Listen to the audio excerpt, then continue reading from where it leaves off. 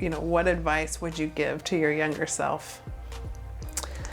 I would say, we kind of touched on it a little earlier, just throughout the conversation, is just not comparing myself to others and not allowing those outside factors to affect what's going on with me. There were times that I felt someone else was getting better opportunities, or I just felt overlooked. And it's like in those moments, I would get so mad and so frustrated, instead of being like, you know what, I don't care. I'm gonna do me. Welcome to the What I Meant to Say podcast. I'm your host, Wendy Jones, founder of Be Better Media and a mom of 4, passionate about human connection.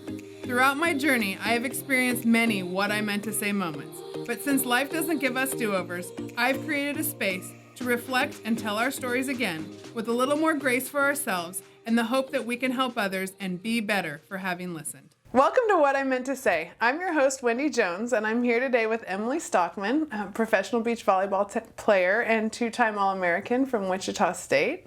And I'm just excited to talk life and volleyball and dogs and all those great things.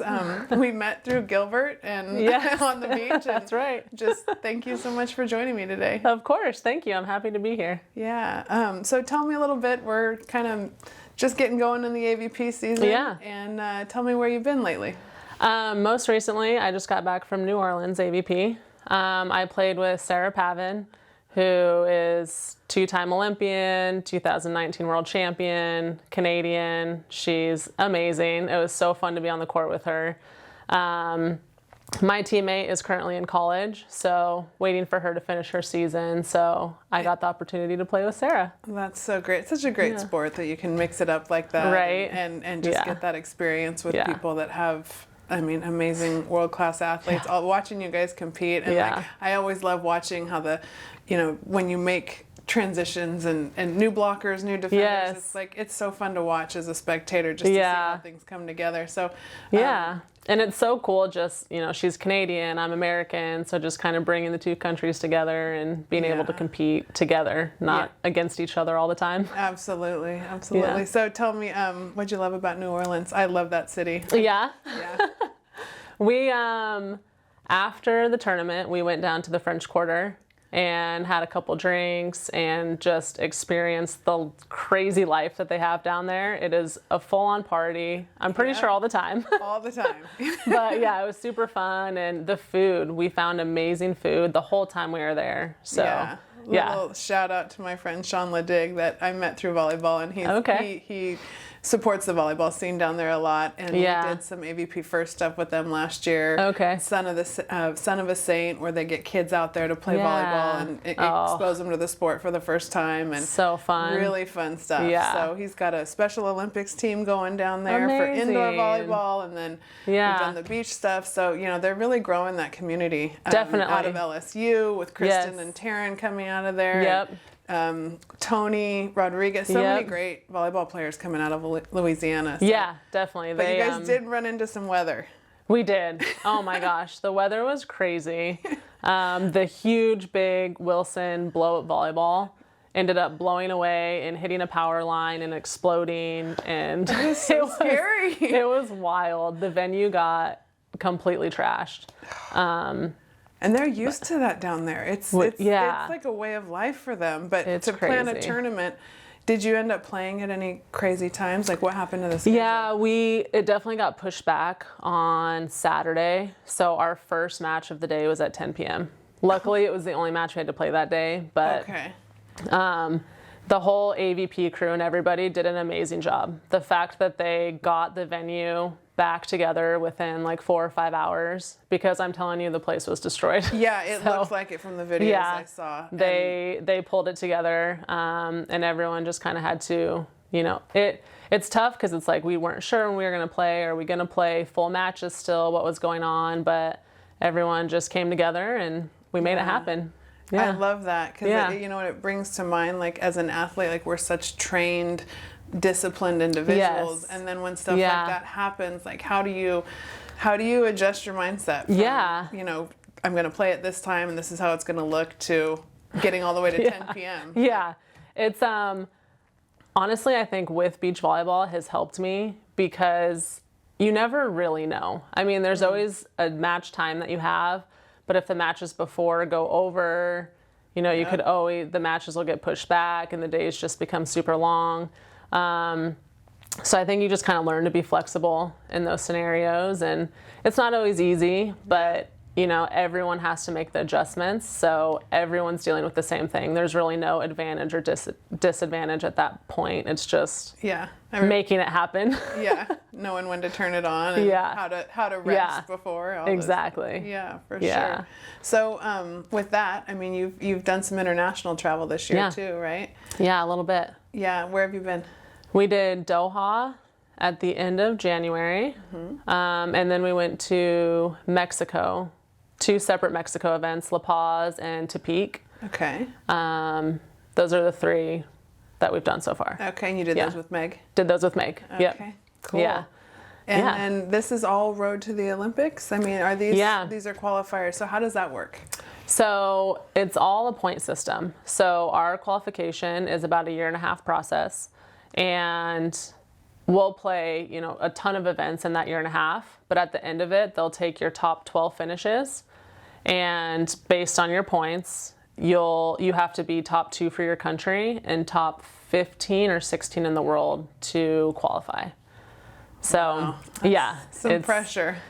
It's a grind. Yeah. It's long, but then as you're going through it, you're like, holy crap, this is happening so fast, and now, you know, we got to get certain finishes, and so it's a long process. But what's your training look like when you're home, when you're in this Olympic run process?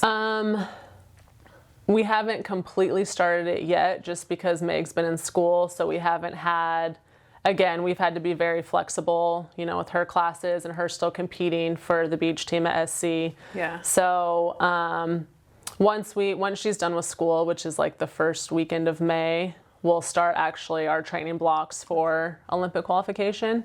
So we'll be on the sand together probably 4 days a week, 2 days of just team stuff, individuals, and then 2 days of competition. And then in the gym, 3 to 4 days a week, lifting, conditioning, rehabbing, all that stuff. Yeah. And then we'll have, we have a sports psych that we use. So we'll do team sessions, individual sessions, and then video sessions with our coach throughout the week. Yep. I mean, people think, you know, sports and the physical game, it's like we all love to watch that, but to know all of the things that go in, you know, behind the scenes with the sports psych and all of the wellness, you know, the lifestyle activities that have to go into to really feeling good. It's absolutely a full-time job. Yeah. I think that's what a lot of people that aren't in sports or haven't gone to the professional level don't realize that it is. I mean, you're 8 hours a day, you're doing something for volleyball, whether that's on the sand training, in the gym, recovery, sports psych, video, everything is just based around, you know, volleyball. Yep. So, yeah. Do you have kind of a foundation, like if you had to choose, I mean, there's, you know, diet, exercise, sleep, everything is so connected. Yeah. How do you find the balance between all of those things? I'd say for me, one of the biggest things is sleep, and making sure that if I'm feeling overwhelmed or I need a break, it's okay to take those breaks. I grew up in Colorado, so going to the mountains is very fulfilling to me. So anytime I'm feeling overwhelmed, or, you know, we come back from a long trip, it's like I get re-energized and just so much joy from being in the mountains. So I take time for myself when I need it. Yeah, that's huge. And I think that's such a great thing to teach young athletes. Yes. Because I think we've done some coaching, Ashley and I, just talking to younger girls, and a lot of the questions you hear coming through these days are they're so pressure based. Yes. And they want to know like what to do when something goes wrong, or you can feel there's just this tension to perform. And I look and I'm like, gosh, you guys are so young. Can you not just go, you gotta have fun. Yeah. Because of course, as you get up and you move up through the ranks, like the pressure does build. I mean, especially like you see where you're playing. Yeah. But I think the younger we can incorporate those other things and back away from that perfectionist standard, because I think, so many female athletes, so many athletes, we have that perfectionist tendency, right? Absolutely. And learning how to recover and relax and do those things that are away from the goal. Yes. People don't realize how much it adds to the goal. It really does. Yeah. To take that mental, emotional, physical break is just, it's so empowering, and that way you can come back and just feel super refreshed and totally bought in again. Yeah. Sometimes stepping away is exactly what the body needs. Yeah, so, for sure. Sure. So let's backtrack a little bit, because I know you played other sports before you found your love for volleyball. I did. And you said you grew up in Colorado. So what, as a young athlete, what kind of... I was a 4-sport athlete all through high school. So basketball, volleyball, track, and tennis. And then my dad is what's the word? Adrenaline junkie. Okay, gotcha. So we grew up motocross, mountain biking, going camping, skiing, snowboarding, all those things. So fun. I definitely did all the extreme sports growing up as well. And you have siblings? I have one older sister. Awesome. Yeah. Awesome. Now, did you, I always joke like I was a swimmer and a volleyball player. Okay. And I joke like I'm a non-con. I quit basketball. No con. I was like, I like it when you're on your side of the net. I like swimming faster than you, but you don't have to touch me. So I'm curious, like the adrenaline junkie, like did that bring out a lot in you? Definitely. Yeah. And I'm the complete opposite. Like, I miss basketball because I love getting rough, throwing some bows and just getting in each other's face. That will get you to the higher level in sports, because I will go through a gym and look for the gentle giant middles, and I'm like, I see you. I know that feeling. So, that's amazing. I mean, but it's funny because it's the things that we learn through sports about ourselves. Oh, absolutely. And then you can learn like where are your strengths and you know what, okay, maybe that's not for me. But and I think with snowboarding and with riding dirt bikes, it was like those things kind of bring out fear in me. Yeah. You're on a motorcycle on the side of a mountain, looking down, like if you fall to your right, you're going tumbling down a mountain. Yeah. So it gives me this, like, you get through the track and then you're like, man, I conquered that, and it feels so good. So cool. And so then when I'm on the volleyball court, there's nothing that is fearful to me. Yeah. I mean, I might get hit in the face and that hurts and that sucks. Yeah. But it's not life or death, right. And that kind of puts even wins and losses into perspective for me. It's not life and death. Like, yes, it sucks and it stings for a while when you have that loss, but you're not tumbling down the side of a mountain. For sure. Praying the stakes aren't quite as high. Yeah. So I need that. I need that push so that when it becomes volleyball, it's like, okay, this isn't end all be all. So your dad, he had 2 girls, right? I mean, your mom and dad. So, but there doesn't seem like there was any kind of like, pulling back from. Oh no. Like, I love that. I couldn't imagine my dad with boys. They would probably be out of control. Yeah. Out of control. Because I feel out of control. Yeah. I love it. Yeah. So when you were in high school and you were playing indoor volleyball, that led to you got to Wichita State. Yep. How did you choose volleyball from all those 4 sports? It was tough. Basketball and volleyball were really the only 2 in the running that I was considering for college. I had a lot of really good offers for basketball. But I played for a club. Once I got to high school, I started playing club volleyball instead of club basketball. And so the club worked really hard. Colorado Juniors is the club I played for. And the owners of the club, Bill and Judy Peer, they worked really hard for all the girls there to get recruited. They have a lot of really good relationships with collegiate coaches. And so once I started playing for them, they would have us give them like our top 10 colleges that we wanted to go to. And then they would reach out to colleges and, kind of help us narrow down our list of, I don't know if this is a good fit for you, maybe look at this one. So they worked so hard to get us scholarships and get us to college that I felt like that was just what was best for me at the time. And I'm definitely happy with my decision. As much as I miss basketball, I think volleyball was the right choice. Yeah, clearly. It's working out for you. So it's so cool. And I think those sports memories, like when you talk about club volleyball, obviously it's such a huge growing across the country, the way that volleyball is exploding, especially for girls. There's just so many opportunities now from D1 all the way to NAIA. You can't, if you want to play and you're hungry, it just seems like there are so many ways to get into the game. And that's so true. Like, I know most people are like, man, I want to be a Division I, but there are so many opportunities beyond that that are just... And every level offers a different experience. Absolutely. So I always tell girls, like, don't rule it out. Find the campus that you love, the coach that you love. Exactly. The intensity of the program. Because the memories that come from it, regardless of the, level that you're playing at, are just, they're epic.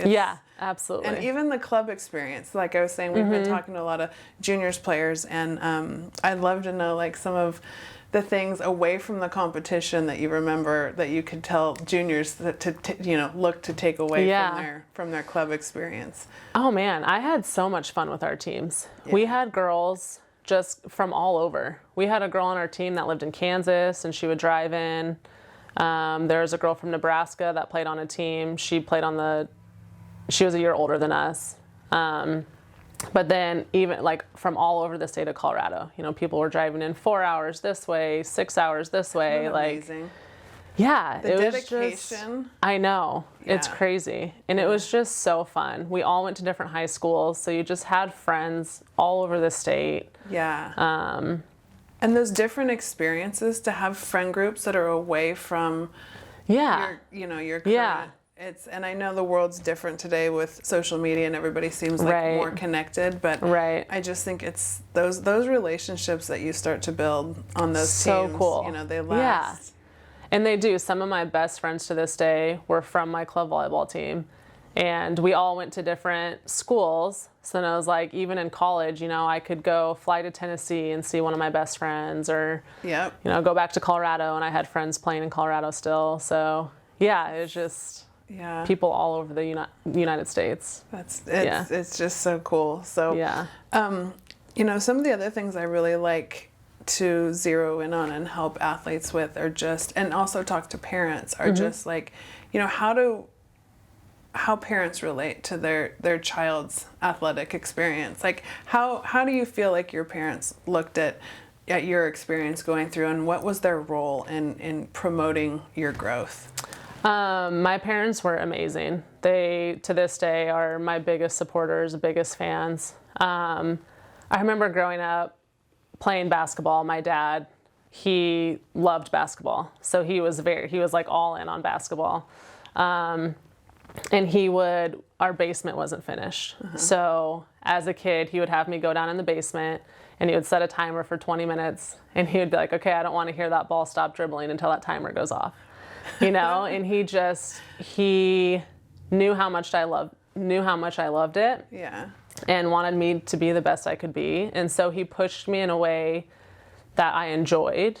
It wasn't, over intense or over aggressive. It was just like, hey, if you want to be good, this is what you have to do. So I thought that was really cool. My parents kind of sat me and my sister both down once we decided to play club volleyball, because it was very expensive. And so they basically told us, like, we are happy to do this for you guys, but you are not allowed to quit. We are putting a lot of money into this, so you have to make it work. this isn't a trial of, do I like this? And then you're going to quit in a few weeks. Like, we're all in. Yeah. So I think that was really cool too, because there were moments that got very hard, and I was benched, or my sister was benched, and we felt we should be playing. Like, just these scenarios that we could have easily just been like, all right, I'm over it, I'm done. But knowing that my parents like laid down the law in the beginning, it's like, that's not an option, I thought was very helpful. And they helped us. I know there were moments for them as well, like, my daughter should be playing this and this, Parents can be intense around that. A lot these days. Yeah, for sure. So I think it's a fine line. Like, there's definitely a balance of parents getting involved at such a young age. Yeah. But there also has to be this, like, your parents aren't going to be there for you forever. So you have to be able to kind of stand your ground and talk to your coach on your own before you start bringing the parents in. Yeah. So that way, because I guarantee you, the coaches, because I was a coach as well, the coaches have told the players why they're not playing or why this other person is playing over them, certain situations that the kids probably aren't relaying to the parents. So then the parents get all worked up.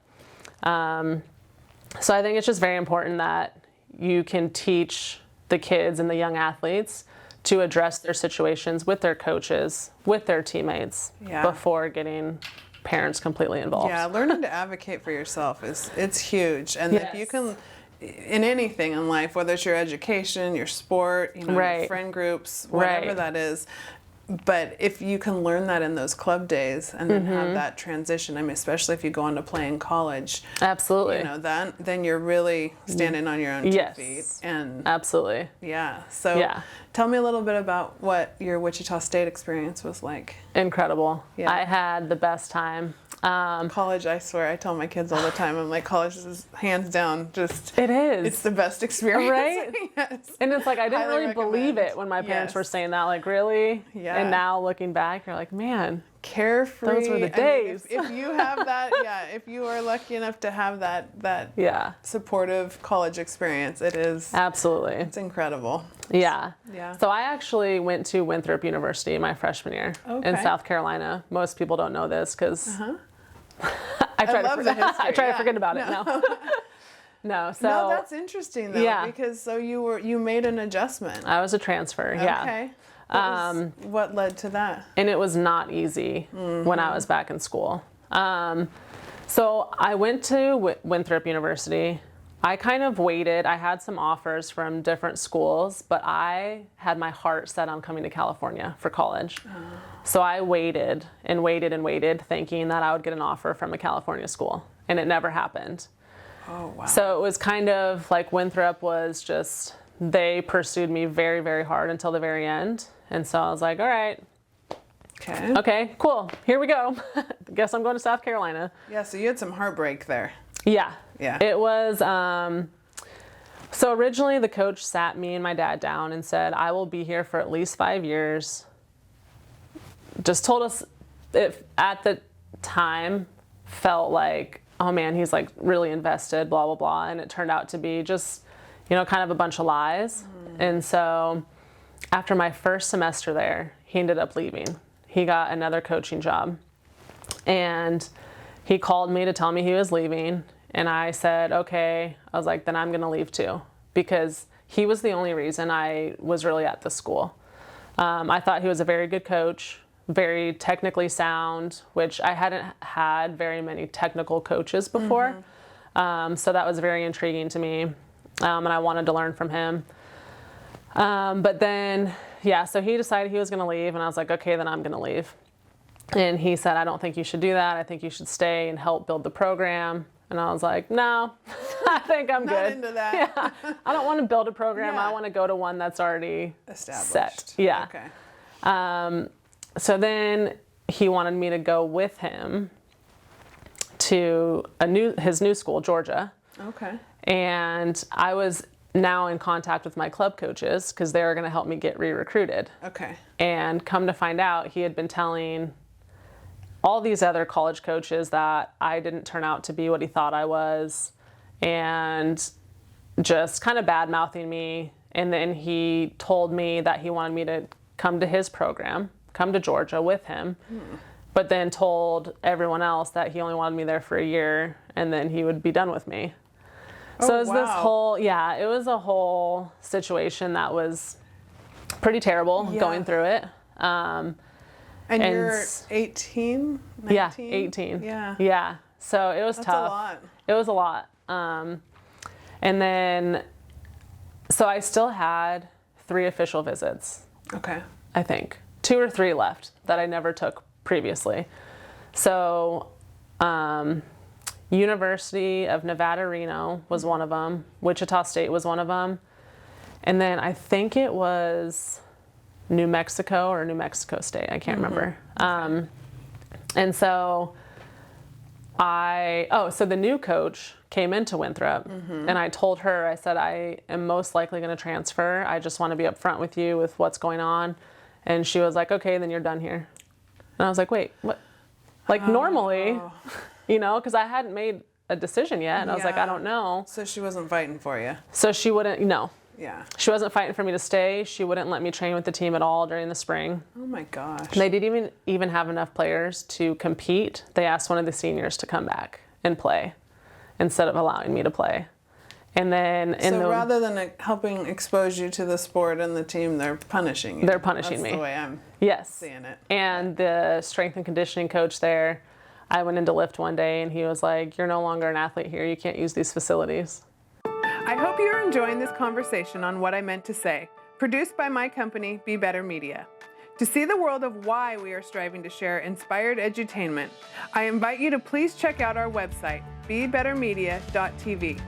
Here you will find all kinds of great stuff from upcoming new productions to lifestyle products and services I personally use and endorse, to links to great books and other podcasts I love and recommend.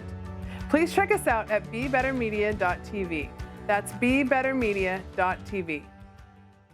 Oh my goodness. I kicked me out of the program. Oh man, it was rough. Yeah. Luckily, I started going and working out at the rec center on campus and started hanging out with the women's basketball team, going and playing one-on-one with them in the street, and I made the most of the situation. So great. So Wichita State was my second official visit, and I got there and I was like, yes, this is it. The coach, the community, we didn't have a football team. So volleyball was the fall sport. So, you know, we would average 5,000 to 6,000 fans a match.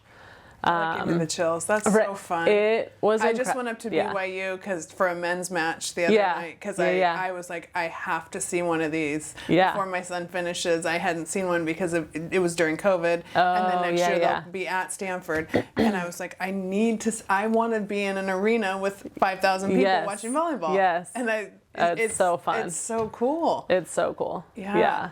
So, I mean, best decision I could have made. Yeah. And I remember calling my dad. I had flown in that morning, got the campus tour, met the team. I called my dad that night and I said, this is where I want to come. And he was like, okay, but let's not make a decision yet. Like, remember what happened. Yeah, but did you have that gut feeling? Like, I knew. That's the thing. I knew. And I don't know that we always get that. I mean, I definitely had it when I visited Cal Poly. And I think certain kids, like, you do get that feeling, but can you, outside of having that really gut feeling, like what are some of the things you would tell younger athletes to look for when they go on a visit? Yeah, I think it depends on what you're looking for. I think every athlete is different. The one thing about Wichita State, I wish that it was a tougher conference. Our conference wasn't, I mean, there was definitely like a handful of good teams, but you know, to play in the Pac-12 over the Big Ten that would have been amazing. Yeah. So I think it's important to definitely love where you are. Like, you have to love the campus, the surrounding area, you know, because that's where you're living for the next 4 to 5 years. The team, I think, is huge. The coach, I think, is important, but you can't put all your eggs in that basket because they will leave. Yeah. You know, it's their livelihood, it's their job. So if a better offer comes and they end up leaving, so definitely don't put all your eggs in the coach because Yep. it could end up bad. Yeah. As you learn through experience. Yes. So yeah. And then, yeah, just kind of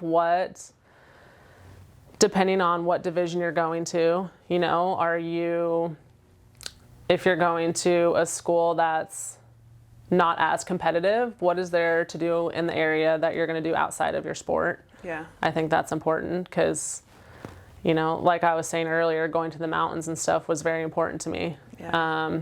Obviously, there's no mountains in Kansas, but it's pretty flat. I was also close enough to home. Yeah. You know, it was a quick flight home if I needed to go.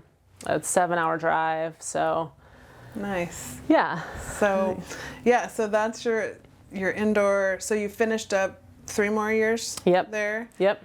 And then Then I moved to Europe and played professionally for 4 years. Okay. Yeah. So I did the Maldives first, and then France, Finland, Sweden, and Switzerland.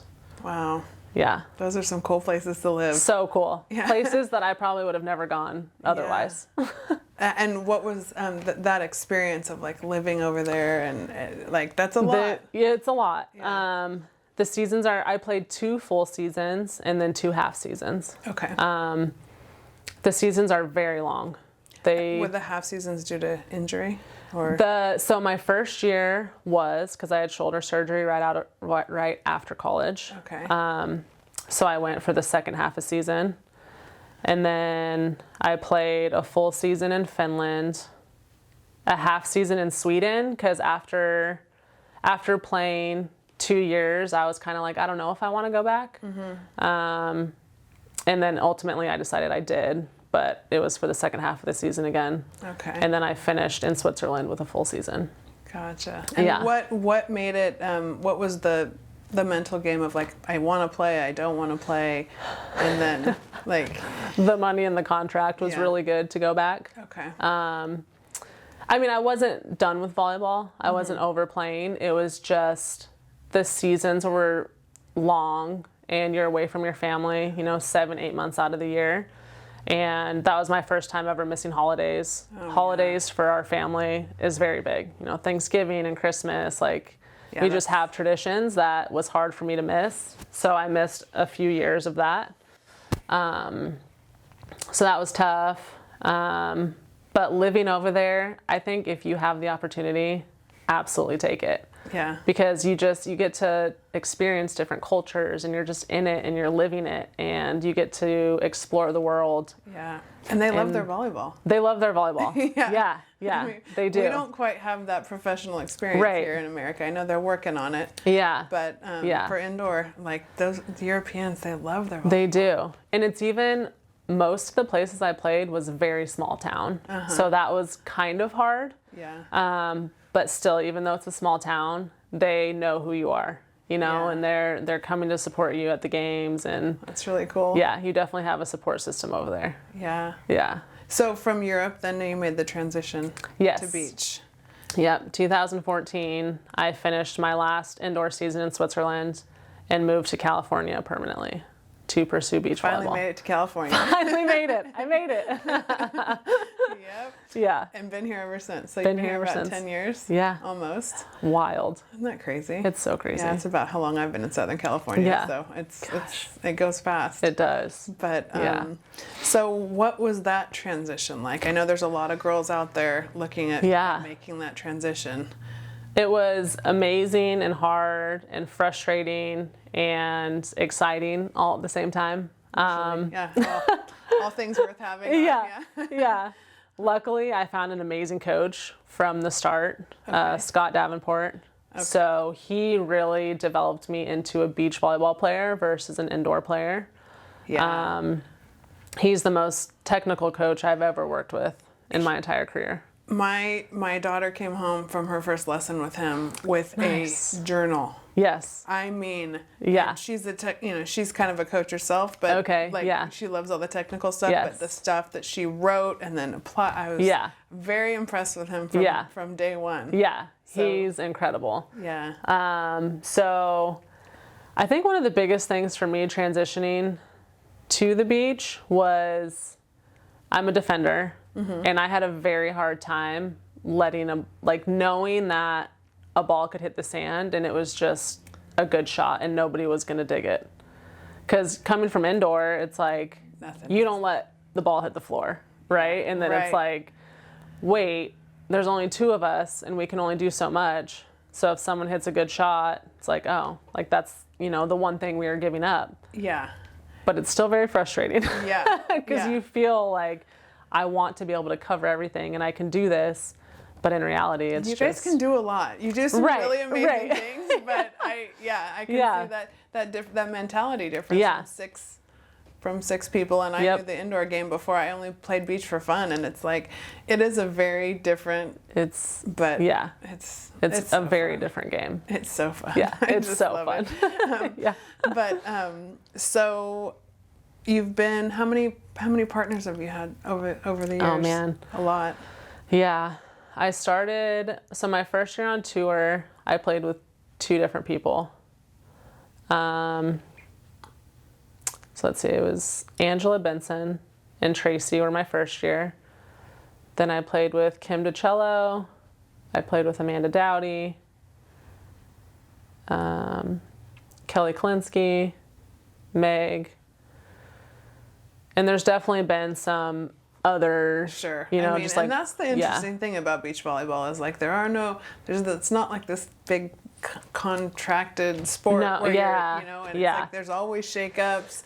Watching them from a, you know, just from an outside perspective is it's part of the fun of the game. But for you guys, like it's always amazing to me how people pick up new partners and look good right off the bat, or how it all I think transpires. It's fun for the fans with all the shakeups and people, but as a player, it's not as fun. Yeah, I mean, imagine. It's great to have the ability to be able to play with different people. Yeah. I think it definitely helps you grow individually.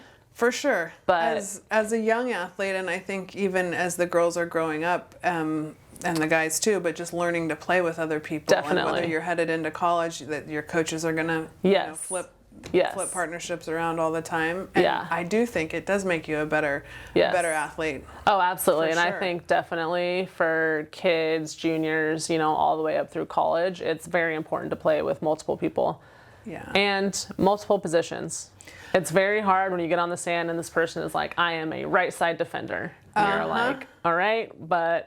you might have to do something different. But what about if you dig a ball in transition on the left? I'm confused. And one of my favorite things, because I have like a weird volleyball memory. I'll remember things that maybe weren't the biggest deal. But when I watched you, there was a post when you and Tracy played and split blocked somewhere on the other side of the world. Rwanda. I want to see that. Yeah. Volleyball's so hard because a lot of times you want to see something and you're going to find a clip, but you can't find. I wish there was like a network that just captured it all because I love to watch it. Yeah. But it's hard to find. It is. You know? Yeah. But I still remember those ones. I was like, oh, that's cool. So, it's a great example. Yeah. Of, you know, and you guys were like close to the same size. I feel like, and And I think it makes you appreciate your partner's job. Yeah. Right? As if you're just always defending and then you get irritated with your blocker because you're like, oh, you should have blocked that ball. Yeah. And then it's like, all right, you go up there. Try it. And then you're like, oh, all right. It's not as easy as you think it should be. Well, I think that about defending because I was a middle blocker and then I came out to play beach volleyball, so I've kind of stayed in that blocking position. But I have a lot of respect for whoever's standing behind me. But it's really hard. Same thing with the libero position on indoor. Right. I'm like, no way, that's so hard. Yeah. I know. Indoor, good liberos and good setters are my favorite position to watch. And then my other beach volleyball trick, just to play for fun, I'm like, if you can set, you can keep moving up. Yes. That's what I realized. Yes. And I Setting's always liked to set, and I was like, okay, if I can't hit the ball, as long as I can put it up there, I'll keep getting to play with better people. There you go. It does work. It really does. Yeah. Yes. So, being a good setter can take you a long way. Yeah. For sure. So, well, there's so many things that we learn through sports, and with life being so crazy in the way the world is today, and I know you're coaching, you know, I think there's a lot of pressure on young kids, and I'm wondering, like, from a coaching perspective, like, what are some of the things that you would want to impart to young athletes about just, you know, we have a mental health crisis going on. Right. There's so many pressures on these kids, and I think, it's important for people of the next generations to kind of just reach out and help them. Absolutely. Yeah. What are some of the things that you would say to younger athletes that are coming up in these times? I would say from a physical standpoint first is to be an athlete. If you're 10 years old, you don't have to be a volleyball player. I think everyone puts themselves in this box from a very young age. And then as they continue to play volleyball, they, there's overuse injuries, there's burnout, in 5-6 years. Sure. I can't tell you the amount of times I've coached, young kids that are like, oh yeah, I went to volleyball practice this morning and then I have it this afternoon and now I'm here doing an individual with you. And I'm like, man, you are going to burn yourself out. So I think it's important for kids to play multiple sports. And not necessarily that has to be a sport. Yeah. Play a sport, play an instrument, do art, whatever it is, like just have multiple things, multiple hobbies that you're into so that it's not just so hyper focused on one thing. Yeah. I think is very important. And I think from a mental standpoint, not allowing outside factors to affect what's going on. And by that I mean, if your friend or your teammate you feel is performing better than you or is getting more opportunities than you are, you can't let that stuff affect you. I know it's way easier said than done. But to really just focus on yourself. Figure out what makes you happy. When you're playing the sport, are you truly enjoying it? Because if you're not, then why are you actually playing? Figure out why you're doing what you're doing. And make sure that it's an internal thing. It's not external factors making decisions for you. Yeah. So true. So much like the stuff that comes from the outside, it just doesn't hold. It doesn't hold. Like we got to feel it in here. Yeah. And that's where that consistency will come from, that, Absolutely. to show up. And that's, in the end, what makes a difference as you're rising through the ranks. Yeah. No matter what you're doing. Yeah. And when you're starting to feel that pressure or not having the fun that you're having, that's when you take that time away. Yeah. Take that time away. And then if you come back and you feel better, great. And if you come back and you don't feel better, then maybe it's time to reevaluate. Is it an internal thing? Is it external factors? And go to parents, coaches, teammates, people that can help you, people that you feel safe talking to. Yeah. I just think open communication is so important. Yeah, and I always think about it in like a triangle, because I think parents, coaches, and athletes, like that communication it's so key, and it's so key for it to be healthy. Yes. And for the kids to feel safe, because they are experiencing so many things today, and it's like if there is somewhere that you can go to, that coach being a safe space, the parent being a safe space, yes, and then being able to have communication. There's just so much pressure out there these days. Yeah, like I think far more than there was, I know, in my generation. And I know we put it on ourselves no matter how old we are. Yeah. But like learning to deal with it and knowing where to go is so huge. It's so huge. Yeah. Yeah. Because there's just times, even now, we're getting into Olympic qualification, and it's like, you can just see it in some athletes. The pressure is getting to them. Yeah. And it's like, if you can learn to not think of it like that, like not think of, we're now in Olympic qualification. It's like, we're just playing volleyball again. Like, let's just go to this next tournament. Let's go to this next match, this next point. And it's like, just like keeping things like that. And again, just life and perspective. I know that it's kind of crazy to say, because it's like volleyball is just a sport. It's not like, yes, it's our livelihood. This is how we make money and this is how we live. But at the end of the day, if you're not enjoying what you're doing, it's not worth it. No, it's so true. It's so true. And it's that ability to stay present and the day-to-day perspective that, I mean, we only have the here and now. And they say, depression's in the past, anxiety's in the future. Exactly. And joy's in the present moment. In the moment. Yep. So it's huge, and I think the younger that you can learn that, it's a hard lesson to learn. Absolutely. But you know, Absolutely. if we keep the dialogue and the narrative going, because I just think there's just so many things working against that right now. Yes. So, you know, that's why I love to have these conversations, Yeah. because I think people, no matter how old I am, I think kids look up just one level above them. And they'll go, okay, what's going on at that level? Yeah. That I could grab something if I'm a avid volleyball player. Like, Right. you know, it's Right. those are the things that, you know, it keeps the message relevant. So Yeah, I think definitely. it's really important. Definitely. And I think it's important. I know this is out there a lot, but not everything you see on social media is true in real life. That is everybody's highlight reel in life is social media. So just to, you know, don't let that stuff stress you out or give you anxiety, or this person's doing this and I haven't accomplished this, or, you know, those things are just... And just that ability to take a break. Yeah. To be able to go home and just put that thing down. Put it down. And be where you are, Yeah. and not let all of that noise come in, because it is a constant. That scrolling. Yeah. Pay attention to how you're feeling. Yes. If you've been scrolling for a few minutes, check in. Like, am I feeling? Because it'll do it to the best of us. I mean, as absolutely. a fully grown, mature adult, you're like, oh wait, what's that? Yeah. I don't Yeah. need this. Yeah, you I don't know? need this. And then, you know, there's some really great stuff out there. I've made some great friends. Absolutely. And had some amazing conversations with people, but all in moderation. All in moderation. Yeah, for sure. Absolutely. Yep.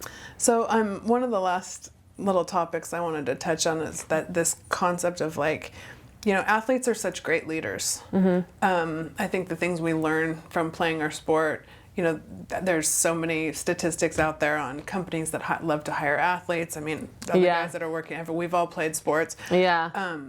But there's something I've been really interested in lately is not just leadership, but team leadership. And, you know, whether you're 6 people on a court or 2, some of those attributes to being a really good team leader, what are some of the things you think play into that? I think there are definitely natural born leaders and people that aren't so much natural born leaders, but can learn and be taught to be a leader. I would put myself in that category. Even in college, my coach used to always tell me, you are a great leader by example, but if nobody's watching, then you're not leading anybody. And that to me is just like, I will work my butt off. You know, I will outwork anybody. But being vocal is just not something that comes naturally to me. And I would say, which is kind of cool, is like Meg is the opposite. Meg is a natural born leader, whether she believes it or not. Yeah. She's Sometimes a natural born leader. it's a hard thing to, like, grasp. Yeah. Right? If you're hard on yourself. Right. But when other people see it, you have to learn to listen to take that in. Yeah. It's huge. So it's definitely something, I mean, I've been working on with my sports psych and just within our team of being a leader and just kind of helping pave the way for Meg. Even after our partnership, she is going to be crazy successful in this sport. How old is she? 20? 20. Yeah. Amazing. She and my son are the same age. And like, it's incredible to watch. Incredible. Yeah. So it's been really fun. It's been a challenge for me at times, but it's definitely getting better, and I'm getting more comfortable with my voice and just kind of, you know, I think that's where the communication is so important, is that when you're playing, when you're in the moment and you have that open communication and that trust with each other, then you can start being demanding of each other. And it's not this like, oh, I can't believe she said that to me. Yeah. It's like, hey, we are on the same page. We want the same thing. We both want to win. We have goals. So what's holding us back right now? You know, like, am I not digging a ball? I'm fine with Meg turning around and being like, hey, I need you to get the next one. Yeah. It's like, yeah, absolutely. You know, and vice versa. Like, hey, you're opening up on your block. I need you to commit to that fully. And so, but you can't just do that off the bat, right? Like you have to be able to build that trust with each other within your team.